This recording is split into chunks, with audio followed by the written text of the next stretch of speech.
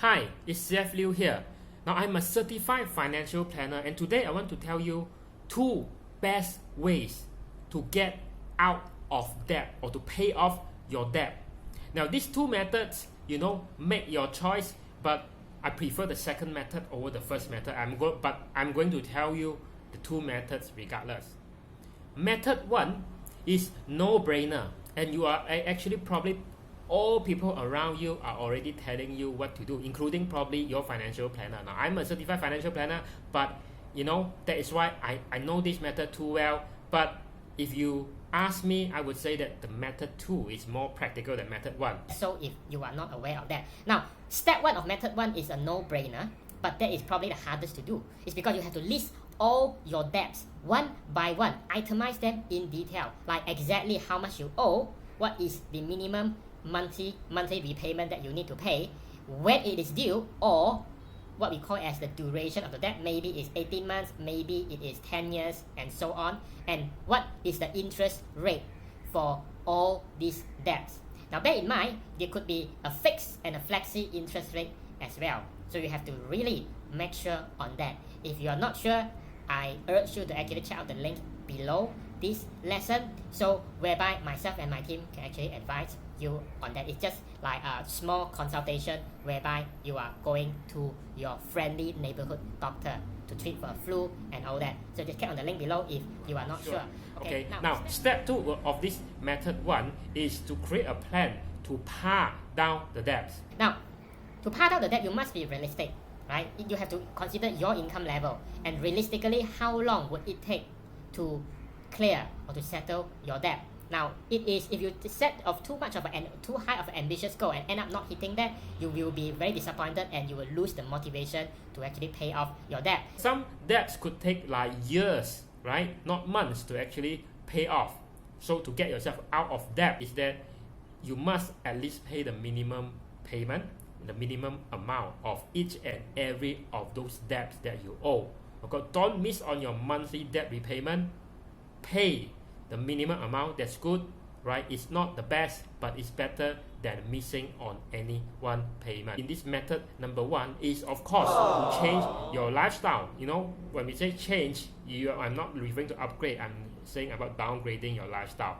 And this is, these 3 steps are really a general advice from every financial planner or anyone that you know. I mean, it sounds logical, but hardly creative, and it's no fun at all, right? And it's adopting what I call is a scarcity mindset. So let me get this straight. Debt is not necessarily a bad thing, right? Just because you have it and it's dragging you down, it doesn't mean it's a bad thing. It's only a bad thing if you are the one owing your debt to other people, right? Likely the banks. Now, debt is a liability for people who owe it, but imagine you turn this around and people owe you money instead. Now, the debt becomes your asset, which is why the debt that you owe to banks very likely is bank's asset. I want you to seriously consider method number 2, focusing on paying off your debt or getting out of debt, focusing on the abundance mindset. And what I mean by that, this is to generate more income than what you're already generating now to pay off your debt in the fastest way possible. This, in fact, will fast-track you to actually solve your debt problem once and for all. So look at the first step in this method 2 is to look at yourself in the mirror, like literally. I'll just wait for you to actually go to a mirror and just look at yourself in the mirror.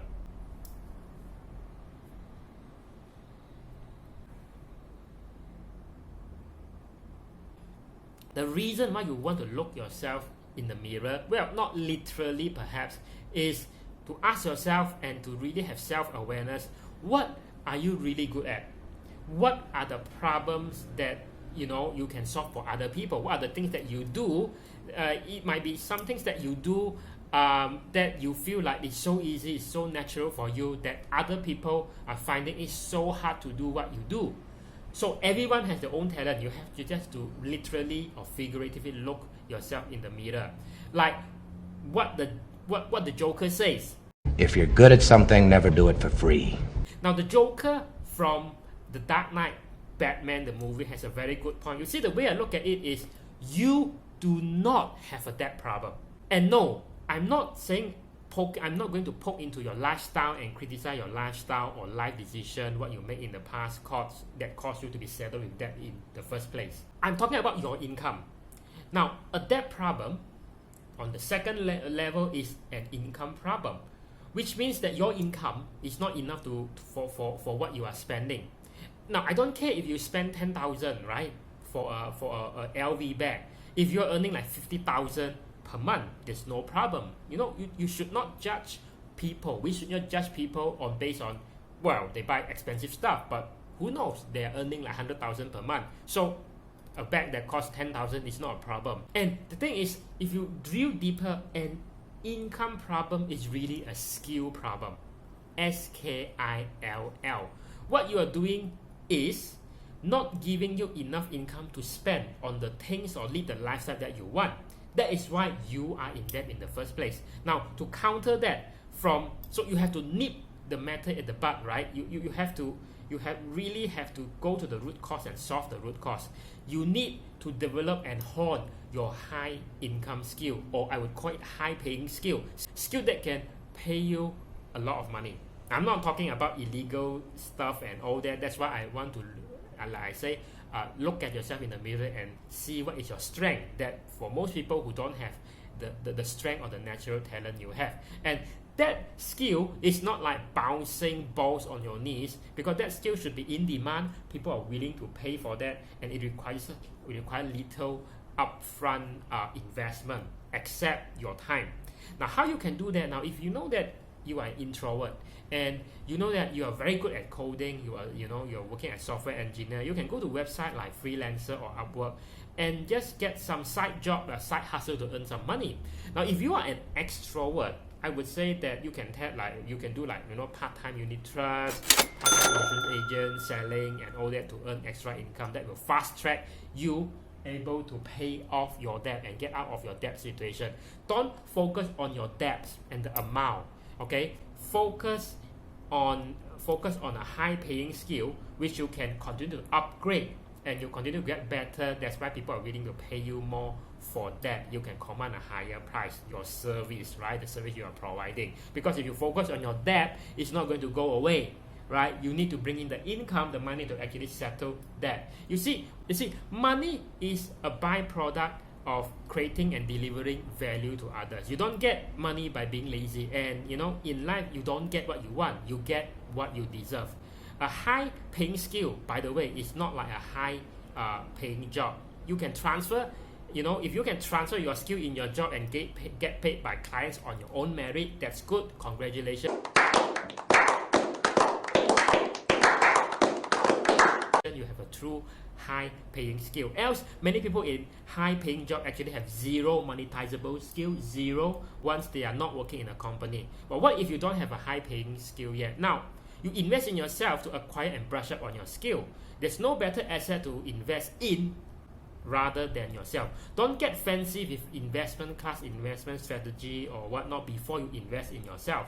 Now, if you don't invest in yourself, ask yourself, who will actually be willing to invest in you?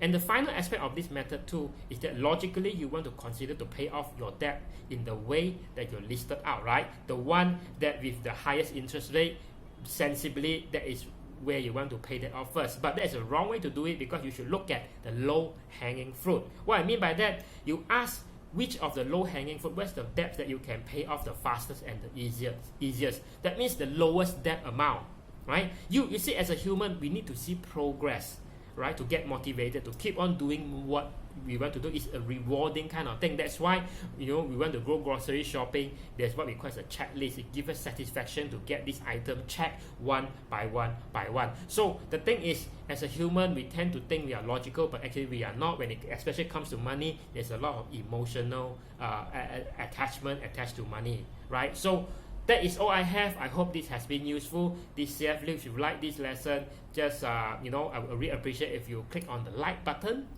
and let me know your comments, feedback below in the comment section, and don't forget to click on subscribe so you get notified when I publish lesson like this. I'll see you in the next lesson.